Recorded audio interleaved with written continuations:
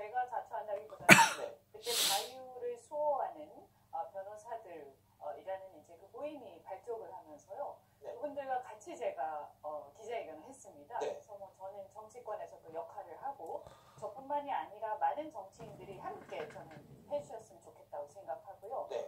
그 변호사님들이 이제 김태우 수사관 변호를 하면서 오늘 국민권익위원회에 공익제보자 신고를 한 걸로 알고 있습니다. 그래서 오늘 아침에 이분들이 이제 기자회견을 대검 앞에서 했고요. 네. 앞으로 이제 또 역할을 의뢰인과 변호인의 관계에서 또 열심히 또 하실 거고, 네. 또 저는 저대로 또 국회에서 옆에서 또 지원을 하고 이렇게 하겠습니다. 권익위에 공익제보자로 신고를 하게 되면 뭐 어떤 달라지는 점이 있습니까? 보호 절차가 있죠. 보호 절차가 시작됐습니다. 있고요. 네네. 그래서 이제 그걸 공식적으로 이제 시작을 한 거죠. 네. 물론 당연히 이제 검찰 수사나 이런 과정에서 의뢰인을 위해서도 도움을 줘야 될 거고요. 네. 당시에 이제 22명, 그러니까 김기수, 백승재 등 이제 22명의 변호사님들이 자유를 수호하는 변호사들이라는 이름으로 출범하셨는데, 네. 지금 계속 늘어나고 있는 중이고요. 사실 또 이름을 올리기는 좀 부담이 되더라도, 예를 들면 검찰 출신의 이제 전직 네. 검찰 수사관들이 7시! 뒤에서 또 물밑에서 조언을 해주겠다 이렇게 네. 나서고 계십니다. 그래서 저는 특히 이제 우리가 신재민 사무관 같은 경우를 보면 굉장히 젊은 사람이죠. 그렇죠. 그리고 이제 김태우 수사관도 처음에는 사람들이 긴가민가했겠지만 계속 말씀하시는 걸 보면서 이 사람은 굉장히 용기가 있다 네. 이런 생각이 들고요. 네. 어쨌든 저는 특히 신재민 사무관이 그 유튜브에서 얘기하는 걸 보면서 이 30대 초반의 젊은이가 정말 이런 것이 정이고 내가 공무원으로서 나는 이런 옳은 길을 가겠다라고 생각하고 얘기하는 것들을 우리가 그 길을 꺾는 것은 네. 우리의 이 청년들의 어떤 순수함을 꺾는 거라고 생각을 합니다. 알겠습니다. 자, 신재민 전 사무관의 측근도요.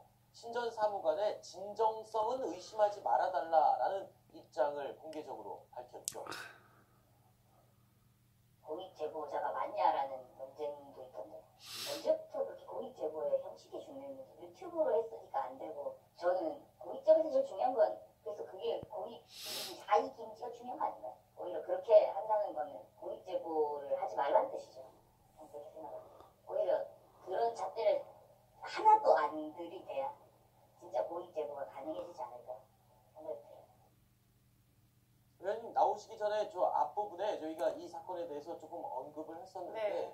홍남기 부총리가 이 신재민 전 사무관에 대한 고발을 취할 것을 한번 개인적인 의견이지만 생각을 해보고 있다. 이렇게 얘기를 했습니다. 네. 당연한 판단이라고 생각을 하시는 건 어떻습니까? 기재부 장관이시잖아요. 네. 그건 뭐 당연한 거라고 생각합니다. 그거를 왈가왈부 한다는 것 자체가 이미 고발을 청와대에서 시켰는지 모르겠지만 고발을 한다는 게 되게 자기 모순인 게요. 신재민 사무관이 폭로한 것들을 보면 청와대에서 압박을 하는 것이 기재부 공무원들이 이것은 국가 재정을 위해서 바람직하지 않다라고 해서 그 문제들을 기재부 공무원들이 저항한 네. 거거든요. 그래서 어떤 것을 실제로 막아내기도 했고요. KTNG 같은 네. 경우는. 그래서 이런 것들을 보면서 이걸 도로 그러면 같은 동지였던 신재민을 왜 기재부에서 고발을 하는가 이건 네. 말이 안 되는 거죠. 그러니까 당연히 기재부 입장에서는 저는 이것을 만약에 계속 고발을 진행해 나가면 기재부 수장으로서의 영이 서지 않을 거라고 저는 생각합니다. 자, 지금 고발 얘기를 하니까 이 얘기를 묻지 않을 수가 없습니다. 김태우 수사관에 대해서는 청와대가 공무상 기밀 누설 혐의로 고발을 했어요. 그리고 신재민 전 사무관도 공무상 기밀 누설 혐의로 고발을 했습니다. 그런데 최근에 드러난 청와대 행정관이 군 장성 진급자 명단과 예정자 명단 또는 이 평판조사 서류를 잃어버린 거에 대해서는 이것도 네. 이 기밀이 아니다라고 네. 얘기를 했어요. 그래서 네. 청와대와 정부가 얘기하는 부처 내에 또는 조직 내의 기밀의 기준이 네. 너무 오락가락하는 게 아니냐라는 지금 비판이 좀 있습니다. 어떻게 보십니까? 네, 제가 볼 때는요. 자기들한테 불리한 거는 기밀이고 네. 자기들한테 불리하지 않은 것은 기밀이 아닌 게 아니냐 아하. 이렇게 보고요. 아까 말씀드린 것처럼 공익제보자가 내 편이 하면 공익제보자고 상대편이 하면 상대한테 유리하게 하면 나한테 불리하게 하면 그거는 기밀 누설자가 되는 거죠. 이런 이중적 잣대에 대해서 국민들이 분개하는 것이고요. 이거 뭐 내로남불이고 여러 사람들이 얘기하지 않습니까? 그리고 이게요. 지금 저는 그 담배 피려고 뭐 차를 주차해놨다가 네. 뭐 차에 잃어버렸다. 두고 내려왔다고. 너무 석연치 않지 않습니까? 네. 그래서 무슨 이게 어떤 유출이 돼서 잃어버렸다기보다는 제가 볼 때는 이건 조사해야 된다고 생각합니다. 네. 그리고 자. 이제 제가 볼 때 오늘인가 그 육군에서는 이제 또 그 변명을 아마 일부러 해주려고 한 것 같아요. 네. 그래서 그 행정관이 만나자고 한 게 아니라 사무총장이 직접 불렀다. 네. 근데 되게 웃기죠. 왜 그 얘기를 인지합니까? 네. 그러니까 한참 동안 머리를 굴리면서 어떻게 보호해줄까? 어떻게 청와대 편을 들어줄까? 아마 고민했을 겁니다. 사흘 만에 그 입장이 나왔는데 사실은 언론에서요. 저희도 그런 보도를 했지만 어떻게 청와대 행정관, 신임 행정관이 육군 참모총장을 불러낼 수가 있냐? 네. 라는 식의 보도를 하니까 그 부분에 대해서 이제 육군에서 해명을 한 건데 네. 사실 본질은 그게 아니죠. 네. 누가 누구를 불렀냐가 본질은 아니다. 라고 조금 전에 저희도 잠깐 얘기를 나눴습니다. 그럼요.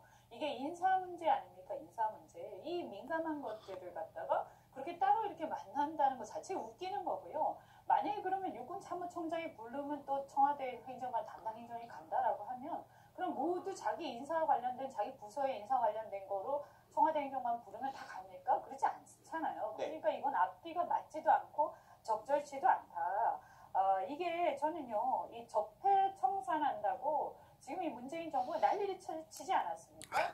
그런데 이 자기 적폐는 청산은커녕 이 제보만 해도 이거를 가지고 고발을 하고 수사를 하고 또 심지어 저는 끔찍한 얘기가 뭐냐면 굉장히 무시무시합니다. 사실 우리가 그냥 지나치지만요. 이 제보한 사람에 대해서 청와대의 공식적인 브리핑에서 이렇게 얘기하잖아요. 뭐 미꾸라지, 불순물 이게요. 청와대라는 것은 대한민국 최고의 권력입니다. 네. 그런데 최고의 살아있는 권력의 전면에 있는 사람들이 그 개인 하나를 두고 굉장히 그 약한 공무원, 그것도 6급 공무원 하나를 두고 너는 불순물이야. 너는 불순물이고 미꾸라지야. 미꾸라지야. 이게요. 그리고 가만두지 않겠어. 뭐 그런 거 아닙니까? 네. 그리고 수사받아야 돼. 이거는요. 네. 저는 이 얘기를 듣는 많은 국민들한테 경고하는 거예요. 네. 우리한테 뭐라고 덤비지 마라고 경고하는 겁니다. 알겠습니다. 저는 이거 아주 심각한 거라고 생각합니다. 어쨌든 김태우 수사관, 신재민 전 사무관, 그리고 이번에 청와대 행정관의 서류 분실 사건까지 일련의 사건들이 결국에 청와대 개편까지 이어졌어요. 네. 이 개편에 대해서 앞서서 임종석 비서실장을 향해서 쓴소리를 남겼었는데 이번에 청와대 개편에 대해서 한 줄 평을 좀 해주신다면 어떤 말씀을 해주시고 싶으십니까? 이게 이제 보니까 이제 제가 봤을 때는 레임덕을 막기 위해서 네. 이제 친정체제, 친문 운동권 진정체제를 강화한 거라고 네. 그렇게 보입니다. 그런데 저는 이게요, 결국에는 반동이다.